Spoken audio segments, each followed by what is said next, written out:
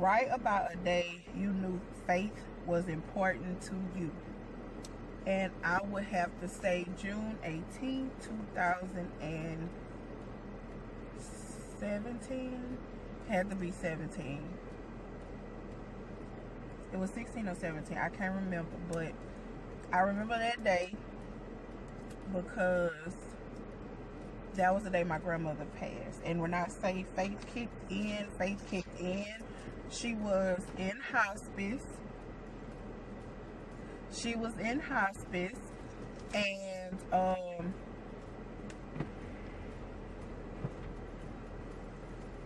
hey Adrian. She was in hospice. That was my cousin, y'all. She was in hospice, and basically, all of my family got together, and it's something that I do struggle with now because all of my family got together, and I'm talking about all her grandkids. Well, not all of them, but the majority of the ones that do reside in Baton Rouge. And actually, one of my cousins that I forgot where he resides, but he's not from, well, he's from here, but he moved, but he was in a whole other state, and he came. And when I tell you,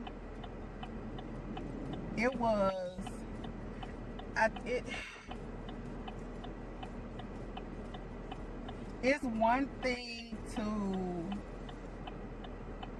I don't know, it's just the feeling, the feeling of completion. Like, I knew at that time that my grandmother was probably gonna pass away, and even though I knew she was gonna pass away, you still hope. Not because this person, like my grandmother, Lord have mercy, we would joke, we would fuss, we would everything that a grandparent and a grandchild does. And that was a person who we went on family vacations with. So it was just a lot of emotions that day, and my heart was so heavy and so full. And what was so crazy was it was just a glow about her. And the doctor did come in, and the doctor told us that, what did the doctor say? Basically, I was upset with my mama because her and my aunt weren't very truthful with us about what was going on, because they said, oh, she's gonna be okay. But just once it was time for them, they brought her up from after she was resuscitated, and they brought her up to the room, and my heart is just like heavy even talking about it. But they brought her up to the room, and like, it was just like once we hit that floor, it was like, and I don't know, it's just a smell of death. And I know that sounds awful, but it was just like, it's this awful smell, like, and I remembered it so well. And I looked, when I got to the floor, and my sister, she looked at me, and I pulled my sister to the side, and I was like, my sister's a nurse, so I was like, Paul, I need you to be truthful with me and tell me what's really going on. So she was, and I'm very emotional when it comes, especially when it's people close to me, and my grandmother was very close to me. It was a family, no matter how crazy they are, and this is my mom's side of the family, but no matter how crazy they are and whatever happens between us, one thing about it, when it's time for us to come together, we do come together.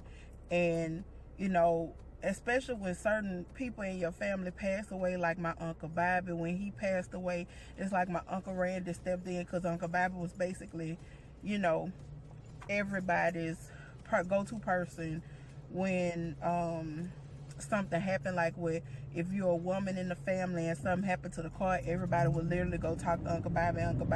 If he didn't know, one of his friends would know. But back to my grandmother, like that day, we were praying, holding hands and one of my cousins, he's from out of town. So him, his wife, and his kids, they were going. But you know, I felt like God spoke to me and told me, you know when you pray, you're supposed to keep your eyes closed. But I didn't keep my eyes closed because it was something like I just wanted to see. I just wanted to be, because I saw her breaths getting shallow. And my sister, like I said before, is a nurse. So I kept saying, probably it's like she not really gasping for air because they had took her off the ventilator. So they just wanted her to pass peacefully. So it was just like, you know, it was more so of a pant versus hers were more short. It was like, and I finally saw her take her last breath. And when she took her last breath, that was the end of the prayer, and everybody said amen. And I just felt like God was there. So, you know, everybody, after that we said amen, everybody started laughing and joking, but I was still, and that was one time that I did hold hands. And my sister, I remember standing by my sister, and I was still holding her hand. And I just squeezed her hand, and I said, Paula, she gone. And Paula was like, huh? I said, you need to tell everybody to get out the room because we need to call the nurse in, because even though she wasn't on anything, well, she was on the monitor for her heart, like, you know, boop, boop. I don't know what the, you know, correct name of it is, but she was on that. But for some reason, it was still like, it was saying that her heart was breathing, but I knew that she had stopped breathing. Like, I knew she had stopped breathing.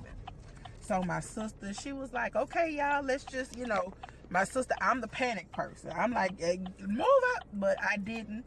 I told my sister, so my sister ended up telling everybody, come on, y'all, let's just get out the room and try to, excuse me. So that's when she made my mama, my aunties aware of what had happened. So my auntie Brenda, Lord, she cried so hard. She did.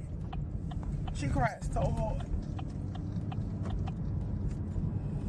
And I know it's due to that she resides with her, where she used to reside with her and take care of her. But she cried so hard. And anybody who knows my auntie Brenda, they know that she's like my second mama, you know. So when I was a child, she used to always have me and my cousin. So that was just, to hear her cry like that. Anybody cry, but somebody that you love, when they cry like that, it's just, it hits your heart hard. But like I said, that was a day that I knew that faith was real, because I had my family and my friends, everybody, you know, that next week or two, and really it's been nonstop since my grandmother passed. One of the things that she did ask me while she was in the hospital was take care of the family. So even though, like I say, we argue, fuss, I still try to make it my business. And what's so bad about it is I'm an introvert. So I have something at the house and literally I will go in my room. But everybody knows how I am, you know, so it's not a problem with them. That doesn't bother them. So yeah, I'm up early in the morning crying with the shits. But yeah, that's a day that I knew God had me, because in my mind it just played out so different. You know, even during the funeral, I feel like everybody, because I'm not gonna lie to you, you know, in families, they always gonna have this one fool who try to act a fool at a funeral. And I'm not gonna lie to you, I made it very clear and you can ask anybody in my family. One thing I didn't play about my shorty. What I did say was, look, don't come up in here acting no fool, especially the ones who hadn't been there. Like, you sporadic go pop in, pop out. That's the one. Like, if anybody fall out, it better be, listen to me, Linda, honey, because I swear to God, it would have been a fight up in that church. And it's certain cousins, and they might even watch this video, but guess what? I was already prepared because I knew who was probably going to act a fool for no reason, and I was prepared. And I told my mom, and my mom was like, Lord Jesus, please. My mom probably said a separate, I know she said a prayer. Everybody in there, because one of my cousins, she had came up, she was with that. I said, baby, listen. If you would have did what you supposed to do, because you going to cry. Lord knows you going to cry, because like you saw, it still brings tears to my eyes because I miss my grandmother. But if, as a person, you feel comfort when you know your mouth, like I did my all for that person while they were here. You know, that give me my flowers while I'm here. That's the type of person I am. Don't give me my flowers when I'm gone and you want to pass out. That's why, I say it every time I go to a funeral. This is exactly why I don't want no funeral. I don't. I want to be cremated, and baby, y'all can do whatever y'all want to with the ashes. Do as you may. But I do not want no funeral, because first of all, I don't want nobody acting a fool over my body, especially if you know I ain't like you. Period. That's it. I don't want you acting a fool over my body.